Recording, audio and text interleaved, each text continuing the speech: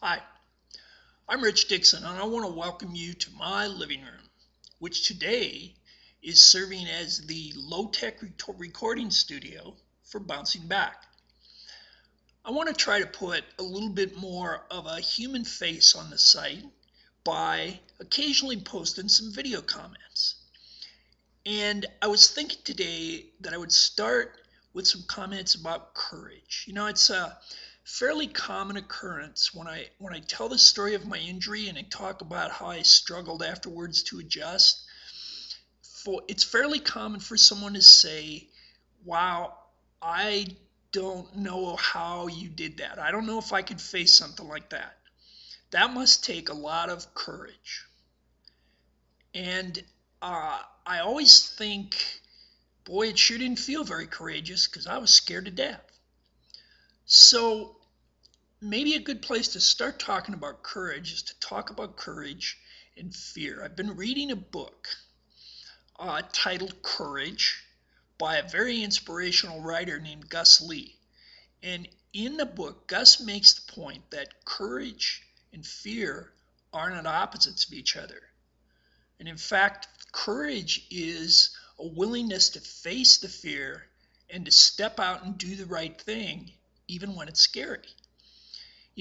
If you're facing some sort of adversity, maybe it's a life-threatening illness or a debilitating injury like mine, maybe it's losing a job or the death of a loved one, or maybe a child who's made some unfortunate choices.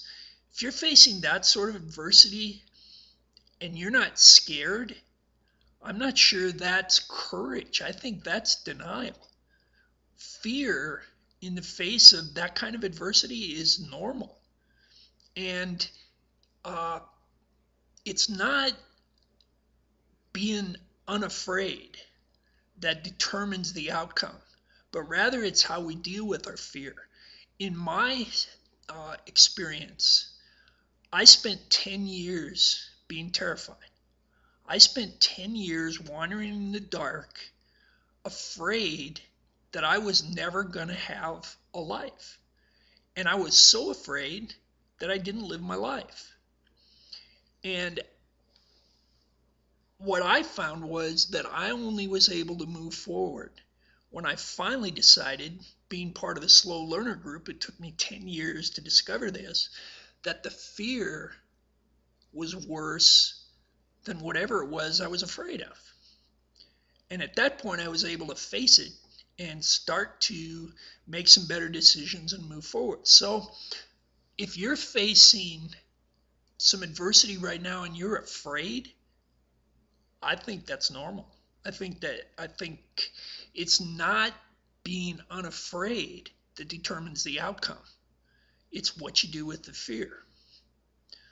So those are some thoughts on courage and fear. And we'll talk some more about courage again soon. I hope you'll leave me a comment. Let me know what you think of this. Let me know what your thoughts are on courage and fear.